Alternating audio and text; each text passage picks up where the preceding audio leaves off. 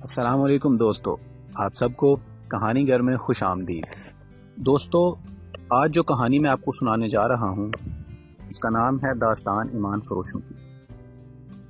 داستان ایمان فروشوں کی کہانی ہے 11ویں صدی عیسوی میں سلطان صلاح الدین ایوبی کے دور کے ان واقعات کی کہ جب ملت اسلامیہ پر کفر اور غداری کے گہرے بادل چھائے ہوئے تھے اور سلطان صلاح الدین ایوبی ملت اسلامیہ کے شرازہ کو بکھرنے سے بچانے اور قبلہ اول کو کفار سے آزاد کرانے کی کوششوں میں مصروف تھا۔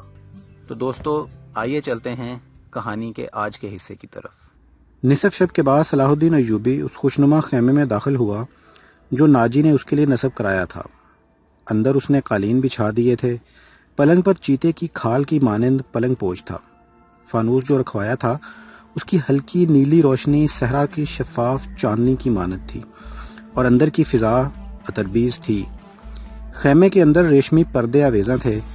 ناجی صلاح الدین ایوبی کے ساتھ خیمے میں گیا اور پوچھا، اسے ذرا سی دیر کے لیے بھیج دوں؟ میں وعدہ خلافی سے بہت ڈرتا ہوں۔ بھیج دو، صلاح الدین ایوبی نے کہا، اور ناجی ہرن کی طرح چوکریاں بھرتا خیمے سے نکل گیا۔ تھوڑا ہی وقت گزرا ہوگا کہ صلاح الدین ایوبی کے محافظوں نے ایک رقاصہ کو اس کے خیمے کی طرف آتے دیکھا۔ خیمے کے ہر طرف مشعلیں روشن تھیں۔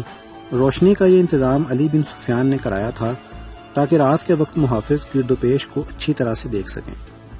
رقاصہ قریب آئی تو انہوں نے اسے پہچان لیا۔ انہوں نے اسے رقص میں دیکھا تھا۔ یہ وہی لڑکی تھی جو ٹوکرے میں سے نکلی تھی۔ وہ زکوئی تھی۔ وہ رقص کے لباس میں تھی۔ یہ لباس توبہ شکن تھا۔ اس میں وہ قریان تھی۔ محافظوں کے کمانڈر نے اسے روک لیا۔ زکوئی نے اسے بتایا کہ اسے امیر مصر صلاح الدین ایوبی نے بلایا ہے۔ کمانڈر نے اسے یہ بتایا کہ یہ ان امیروں میں سے نہیں جو تم جیسی فاحشہ لڑکیوں کے ساتھ راتیں گزارتے ہیں۔ آپ ان سے پوچھ لیں، زکوئی نے کہا، میں بن بلائے آنے کی جرت نہیں کر سکتی۔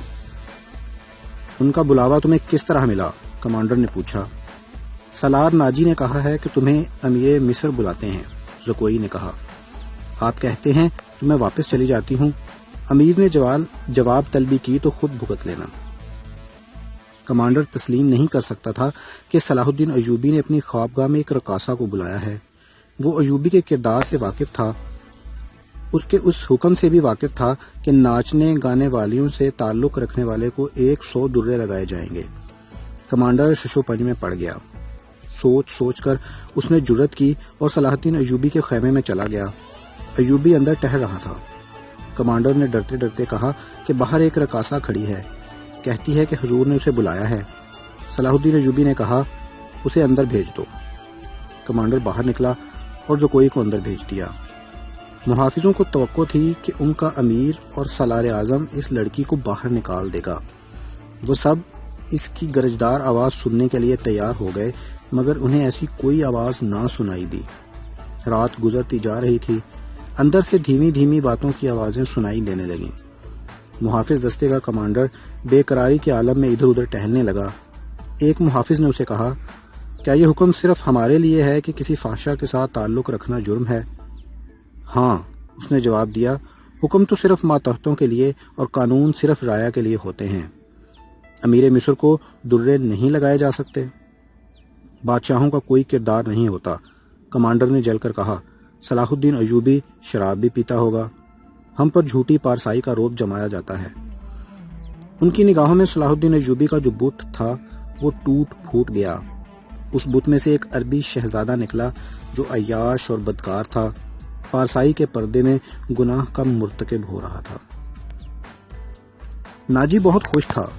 صلاح الدین ایوبی کی خوشنودی کے لیے اس نے شراب سونگھی بھی نہیں تھی۔ وہ اپنے خیمے میں بیٹھا مسرت سے جھوم رہا تھا۔ اس کے سامنے اس کا نائب سالار اوروش بیٹھا تھا۔ اس نے ناجی سے کہا، اسے گئے ہوئے بہت وقت گزر گیا ہے۔ معلوم ہوتا ہے ہمارا تیر صلاح الدین ایوبی کے دل میں اتر گیا ہے۔ میرا تیر خطا کب گیا تھا، ناجی نے کہا لگا کر کہا، اگر یہ تیر خطا جاتا تو فوراً یہیں لوٹ کر ہمارے پاس آ جاتا۔ تم ٹھیک کہتے تھے، اوروش نے کہا، زکوئی انسان کے روپ میں طلسم ہے۔ معلوم ہوتا ہے یہ لڑکی حشیشین کے ساتھ رہی ہے، ورنہ صلاح الدین ایوبی جیسا بت کبھی نہ توڑ سکتی۔ میں نے اسے جو سبق دیے تھے وہ شیشین کے کبھی وہم و گمان میں بھی نہ آئے ہوں گے۔ ناجی نے کہا۔ اب صلاح الدین ایوبی کے حلق سے شراب اتارنی رہ گئی ہے۔ ناجی کو باہر قدموں کی آہٹ سنائی دی۔ وہ دوڑ کر باہر گیا۔ وہ زکوئی نہیں تھی، کوئی سپاہی جا رہا تھا۔ ناجی نے دور سے صلاح الدین ایوبی کے خیمے کی طرف دیکھا۔ پردے گرے ہوئے تھے اور باہر محافظ کھڑے تھے۔ اس نے اندر جا کر اوروش سے کہا، اب میں یقین کے ساتھ کہہ سکتا ہوں کہ میری زکوئی نے بت توڑ ڈالا ہے۔ رات کا آخری پہر تھا جب زکوئی صلاح الدین ایوبی کے خیمے سے نکلی۔ ناجی کے خیمے میں جانے کی بجائے وہ دوسری طرف چلی گئی۔ راستے میں ایک آدمی کھڑا تھا جس کا جسم سر سے پاؤں تک ایک ہی لبادے میں ڈھکا ہوا تھا۔ اس نے دھیمی سی آواز میں زکوئی کو پکارا۔ وہ اس آدمی کے پاس چلی گئی۔ وہ آدمی سے ایک خیمے میں لے گیا۔ بہت دیر بعد وہ اس خیمے سے نکلی اور ناجی کے خیمے کا رخ کر لیا۔ ناجی اس وقت تک جاگ رہا تھا اور کئی بار باہر نکل کر صلاح الدین ایوبی کے خیمے کو دیکھ چکا تھا کہ زکوئی نے صلاح الدین ایوبی کو پھانس لیا ہے اور اسے آسمان کی بلندیوں سے گھسیٹ کر ناجی کی ذہنیت کی پستیوں میں لے آئی ہے۔ اوروش، اس نے کہا، رات تو گزر گئی ہے، وہ ابھی تک نہیں آئی، وہ اب آئے گی بھی نہیں۔ اوروش نے کہا، امیر مصر اسے اپنے ساتھ لے جائے گا۔ ایسے ہیرے کو کوئی شہزادہ واپس نہیں کیا کرتا۔ تم نے اس پر بھی غور کیا ہے؟ نہیں، ناجی نے کہا، میں نے اپنی چال کا یہ پہلو تو سوچا ہی نہیں تھا۔ کیا یہ نہیں ہو سکتا کہ امیر مصر زکوئی کے ساتھ باقاعدہ شادی کر لے؟ اوروش نے کہا، اس صورت میں یہ خطرہ ہے کہ لڑکی ہمارے کام کی نہیں رہے گی۔ وہ ہے تو ہوشیار، ناجی نے کہا، مگر رقاصہ کا کیا بھروسہ؟ وہ رقاصہ کی بیٹی ہے اور تجربہ کار پیشہ ور ہے، دھوکہ دے سکتی ہے۔ وہ گہری سوچ میں کھویا ہوا تھا کہ زکوئی اس کے خیمے میں داخل ہوئی۔ اس نے ہنس کر کہا، اپنے امیر کے جسم کا وزن کرو اور لاؤ اتنا سونا۔ آپ نے میرا یہی انعام مقرر کیا تھا نا؟ پہلے بتاؤ ہوا کیا؟ ناجی نے بے تابی سے پوچھا۔ جو آپ چاہتے تھے، زکوئی نے جواب دیا۔ آپ کو کس نے بتایا تھا کہ صلاح الدین ایوبی پتھر ہے، فولاد ہے اور وہ مسلمانوں کا اللہ کا سایہ ہے؟ اس نے زمین پر پاؤں کا ٹھڈا مار کر کہا، وہ اس ریت سے زیادہ بے بس ہے جسے ہوا کے ہلکے ہلکے جھونکے اڑاتے پھرتے ہیں۔ تمہارے حسن کے جادو اور زبان کے طلسم نے اسے ریت بنایا ہے۔ اوروش نے کہا، ورنہ یہ کمبخت چٹان تھا۔ ہاں، چٹان تھا، زکوئی نے کہا، اب ریتلا ٹیلا بھی نہیں۔ میرے متعلق کوئی بات ہوئی تھی؟ ناجی نے پوچھا۔ ہاں، زکوئی نے جواب دیا۔ پوچھتا تھا ناجی کیسا آدمی ہے؟ میں نے جواب دیا کہ مصر میں اگر کسی پر آپ کو اعتماد کرنا چاہیے تو وہ صرف ناجی ہے۔ اس نے پوچھا کہ تم کس طرح اسے جانتی ہو؟ میں نے کہا کہ وہ میرے باپ کے گہرے دوست ہیں، ہمارے گھر گئے تھے۔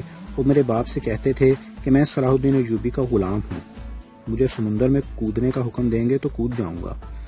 پھر اس نے مجھ سے پوچھا کہ تم باعصمت لڑکی ہو۔ میں نے کہا کہ میں آپ کی لونڈی ہوں، آپ کا ہر حکم سر آنکھوں پر۔ کہنے لگا، کچھ دیر میرے پاس بیٹھو۔ میں اس کے پاس بیٹھ گئی۔ پھر وہ اگر پتھر تھا تو موم ہو گیا اور میں نے موم کو اپنے سانچے میں ڈھال لیا۔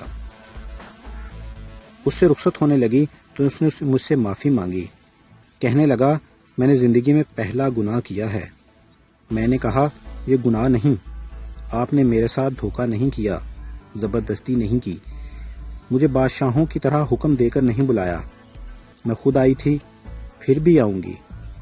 لڑکی نے ہر ایک بات اس طرح کھل کر سنائی جس طرح اس کا جسم عریاں تھا۔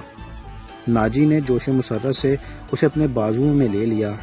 اوروش زکوئی کو خراج تحسین اور ناجی کو مبارکباد پیش کر کے خیمے سے نکل گیا۔ دوستو، امید ہے آپ کو ہماری آج کی ویڈیو پسند آئی ہوگی۔